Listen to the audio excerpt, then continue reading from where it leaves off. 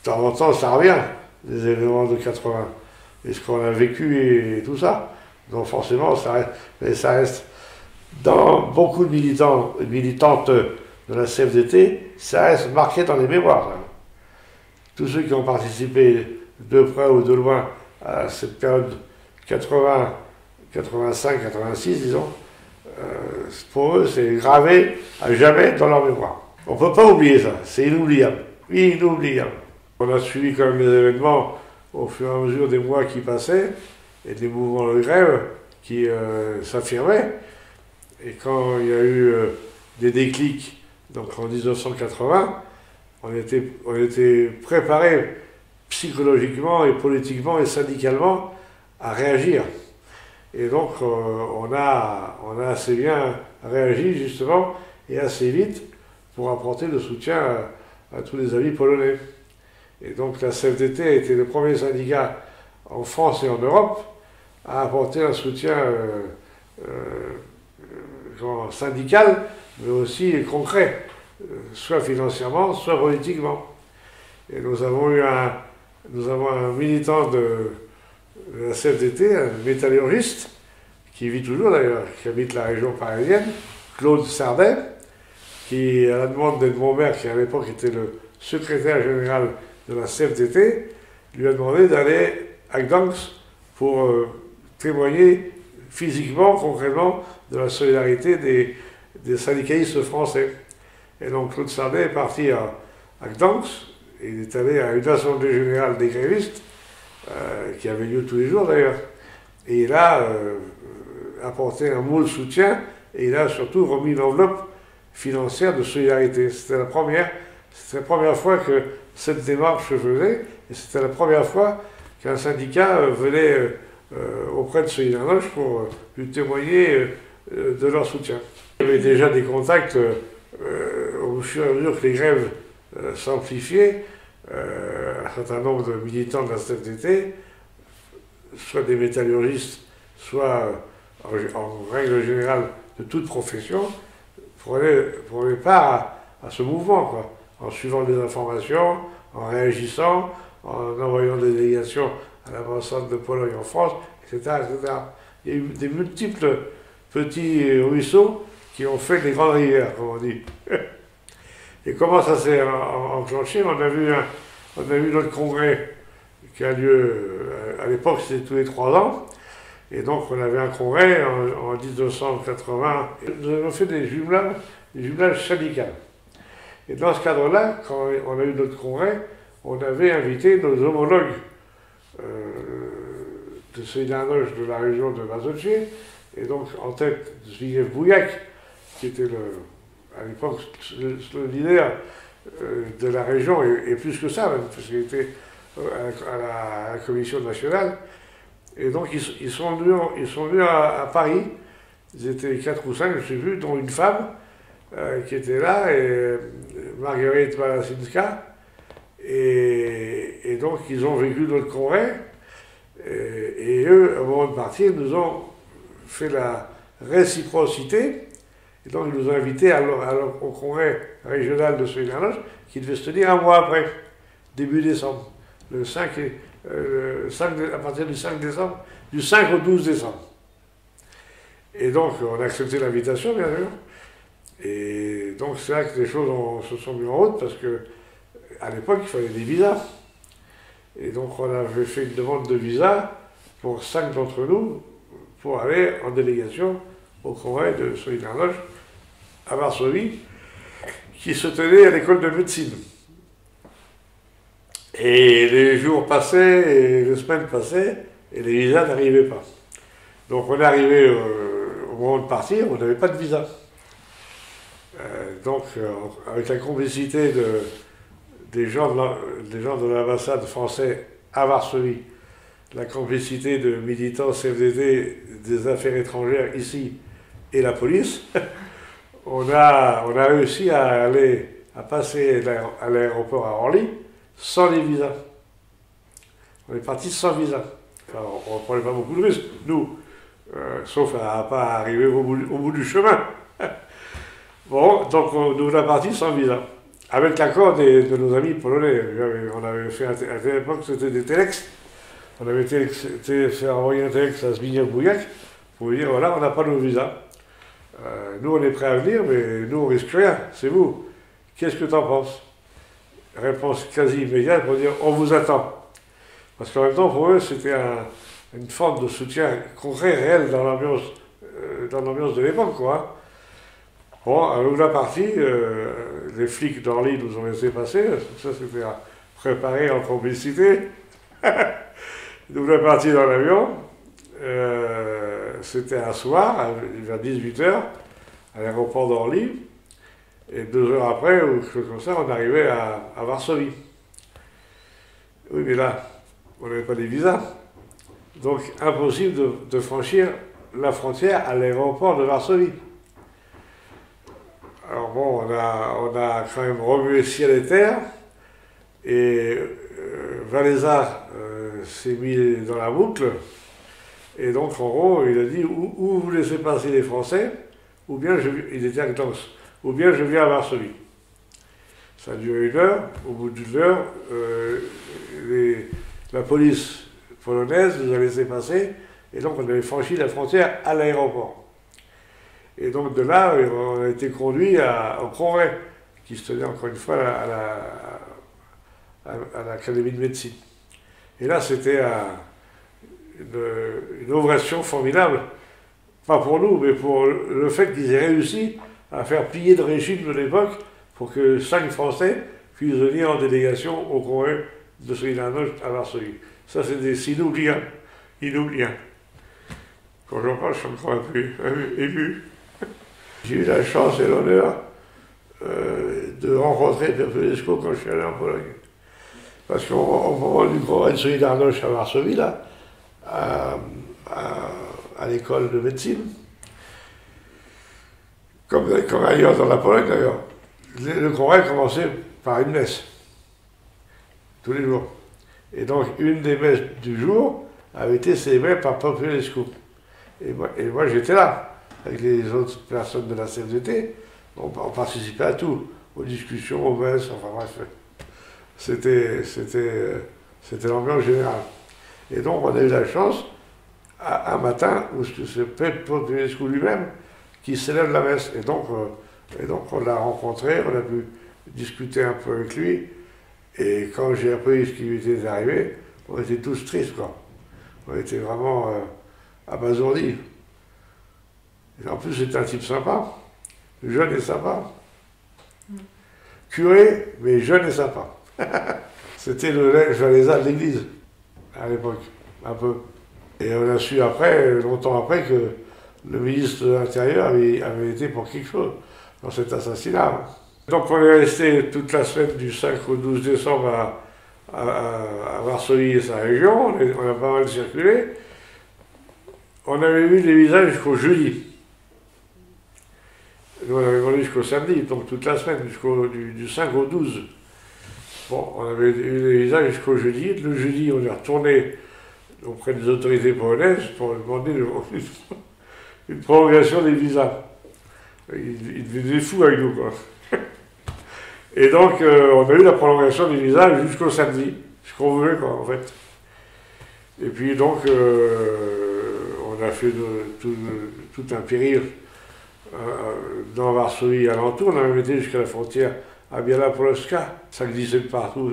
Oh, bref, mais les Polonais étaient très contents qu'on aille jusque là-bas. Ça fait loin, quand même, de Varsovie. Et puis, c'était en plein décembre.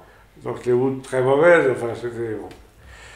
Et donc on était là-bas, on a fait pas mal de réunions partout où on passait, pour rencontrer des militants polonais, pour discuter avec eux, pour les réconforter, leur remonter le moral, ça. Et la statue qui est là, c'est une statue en bois, elle est signée de Jan, c'est un Polonais, il est mort maintenant, qui l'a fait de sa propre main.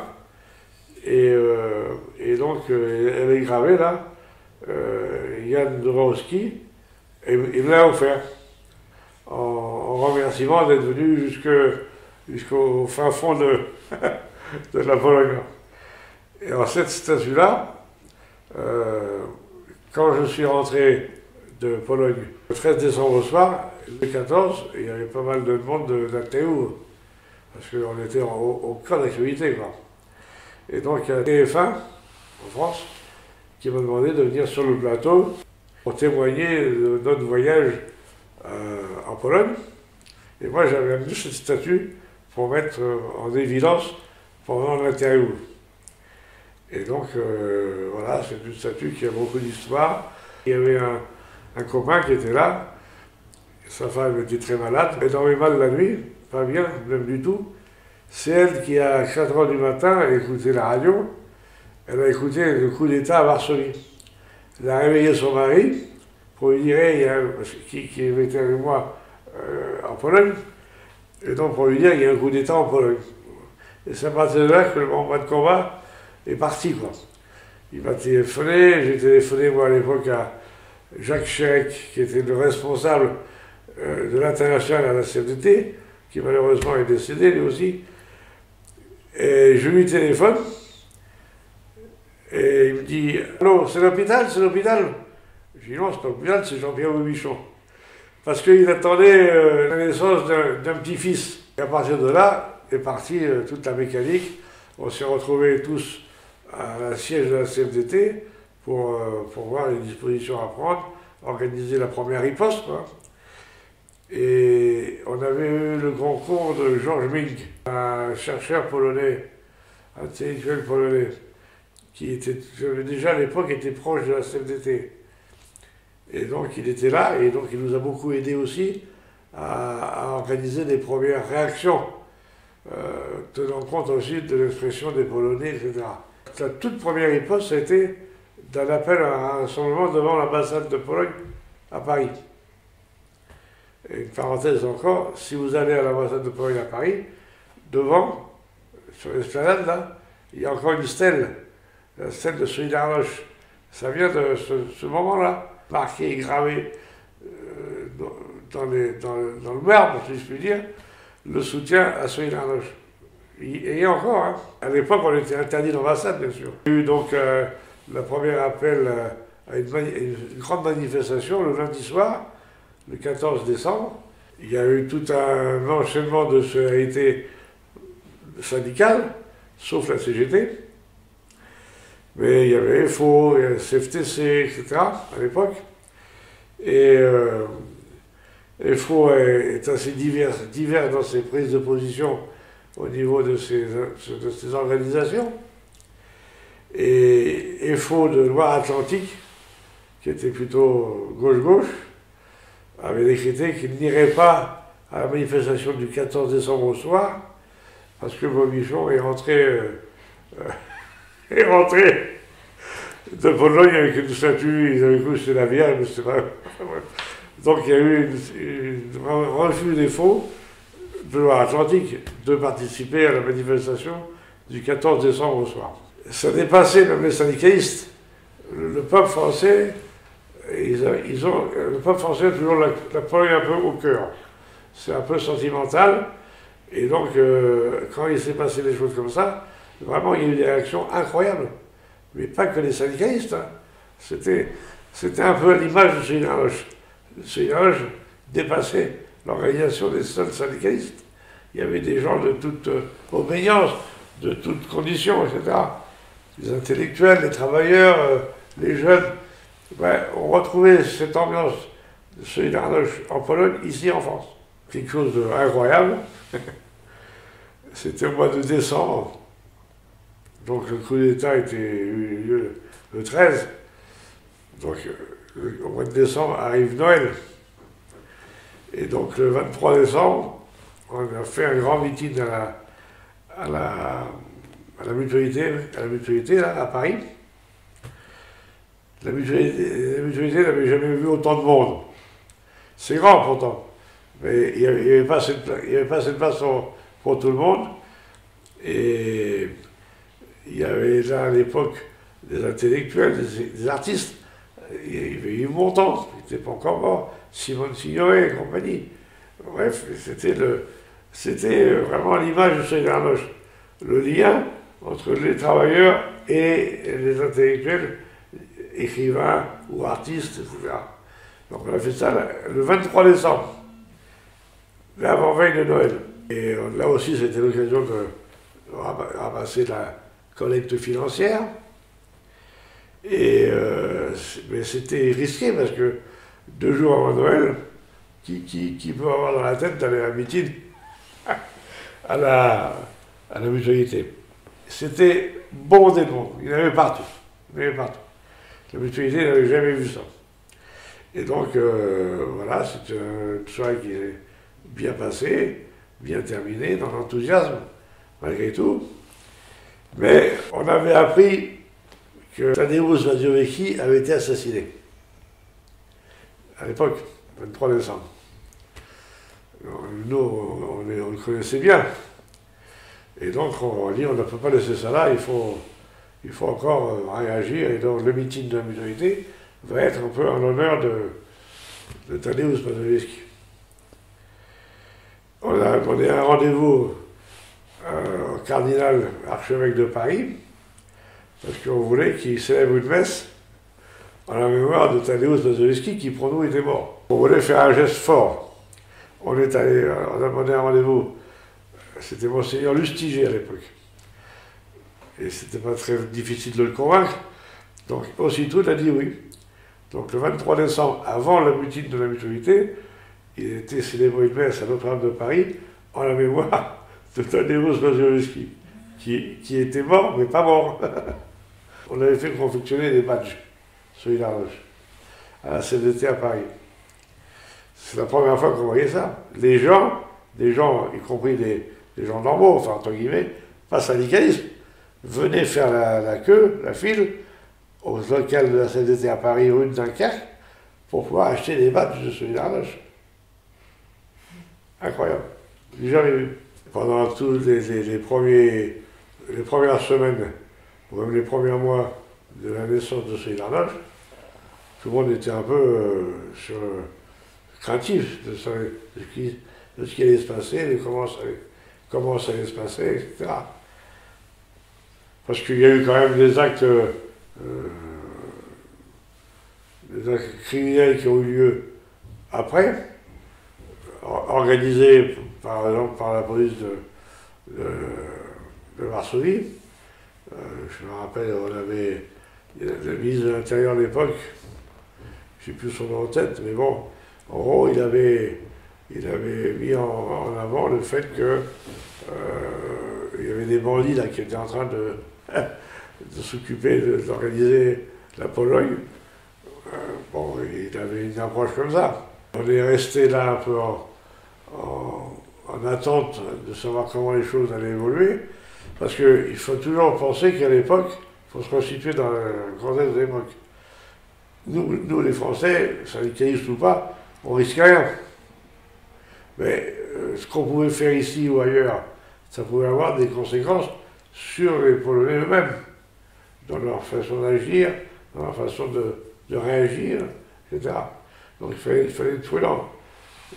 C'est facile de partir avec le drapeau, seulement derrière, il faut être sûr qu'il n'y ait pas de conséquences négatives pour les populations. Donc ça a été pendant toute une période quand même un soutien physique, financier, psychologique, politique important pour les Polonais. Et c'est ce qui a permis d'ancrer le syndicalisme polonais en Pologne, mais aussi d'ancrer la solidarité entre les syndicalistes de Pologne et d'Europe. Quand il y a eu le coup d'État en Pologne, il y avait le ministre des Affaires étrangères, Claude Chesson, qui avait eu la bonne idée de déclarer en gros, la Pologne, c'est l'affaire des Polonais. Ça a fait un tollé général et ça a eu pour effet d'accroître la mobilisation contre le coup d'État. Mais Chesson avait laissé cette petite phrase-là, volontairement ou pas, ça, on ne le saura jamais, et puis depuis maintenant il est mort. Voilà, mais c'était terrible comme phrase. Derrière, au sous-entendu, on bouge pas, on attend que ça se passe. Mais la CFDT a tapé du poing sur la table. Hein. Edmond Maire avait joué un grand rôle dans les rapports avec les politiques français qui ne comprenaient rien à rien. Quasiment tous. C'était Laurent Fabius qui était Premier ministre à l'époque, et on pensait que ce n'était pas opportun de faire venir Jaruzelski à Paris. Lui, il pensait, je pense, que ça pouvait amener un peu d'apaisement dans les relations et d'apaisement aussi dans la situation des Polonais en Pologne. Ça n'a pas fait l'effet, ça a plutôt fait l'effet contraire. C'est pas parce que la gauche est au pouvoir que c'est plus facile pour les syndicats. Que ce soit en 80 ou plus tard ou même maintenant. Après, il y a une tradition en France de respect de l'indépendance des syndicats, de leur point de vue vis-à-vis des politiques. Et donc, l'arrivée de la gauche au pouvoir nous a pas comment dire, aidé beaucoup. Bon, ça a facilité les choses concernant l'organisation, par exemple, du soutien, les collectes, les machins, tout ça, mais ça n'a pas, sur le fond, ça n'a pas changé grand-chose. Je suis retourné en Pologne en 1990 pour le deuxième congrès de Solidarność. Il y a eu deux congrès, un en 80, congrès constitutif, et en 90, le congrès normal, je dirais, entre guillemets. Entre-temps, il y a eu les 10 ans les 10 ans négatifs qu'on a vécu. Et donc le deuxième congrès de Solidarność avait lieu à Gdańsk. Et donc là, moi j'étais à la Commission européenne. Et donc Jacques Delors était président de la Commission européenne. Et donc je suis allé au congrès à Gdańsk avec des collègues.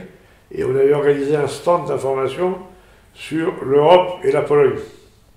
On avait même édité des documents en polonais pour que ce soit accessible à ceux qui étaient là. Le congrès Solidarność, ça représente du monde. Hein. Donc pendant une semaine, on était à Gdańsk avec un stand de la Commission européenne. On avait été aidé par des jeunes Polonais, filles et garçons, qui avaient accepté de venir nous aider à tenir ce stand et en même temps essayer de répondre aux questions. Parce que on avait organisé quand même des impressions de documents en polonais. Mais c'était la première fois qu'il y avait un acte comme ça de non-polonais, je dirais, vis-à-vis des Polonais. Et ils étaient tout à fait fiers et contents qu'on ait fait cette action, parce que c'était pour eux aussi une reconnaissance. Et moi j'étais porteur d'un message de Jacques Delors, que j'ai lu au congrès, et c'était l'enthousiasme général. Le président de la Commission européenne apporte son soutien au deuxième congrès de Solidarność. C'était formidable pour eux. Donc il y a eu les élections, c'était après la table ronde et tout ça. Et Valéza était au congrès, au deuxième congrès. Alors,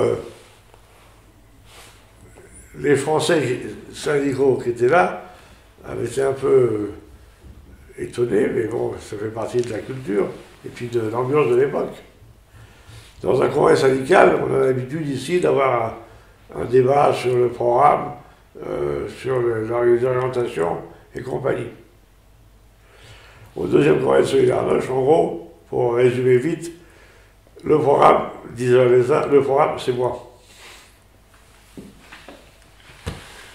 Bon, c'était un peu, encore une fois, lié au contexte de l'époque, parce que on ne pouvait pas non plus diffuser les désaccords existants, peut-être au sein des Polonais, des syndicalistes polonais, devant publiquement. Ça pouvait affaiblir aussi le mouvement polonais. Donc il n'y a pas eu de gros débats sur les orientations, sur l'activité. Le programme, c'est moi. Mais ça, c'est un peu malaisant. On fait une brèche dans le mur de Berlin, et donc on fait en même temps une ouverture à l'Europe, à toute l'Europe.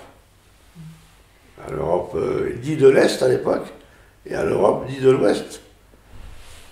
Et il fallait le faire. Hein. Enfin, c'était pas évident non plus. Hein. Parce qu'on parle souvent des leaders. Mais sans les gens de la base, les leaders n'existent pas. Sans être prétentieux, je crois que la France a quand même joué un rôle important dans le guide, dans les guides de toutes ces élections qui ont lieu. La France pas seule. Mais elle a pris une part quand même décisive par certains côtés de ce grand mouvement de réaction, de contestation.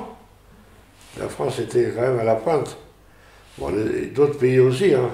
La Belgique, tous les pays francophones proches de la CFDT se sont bien mis dans le mouvement rapidement.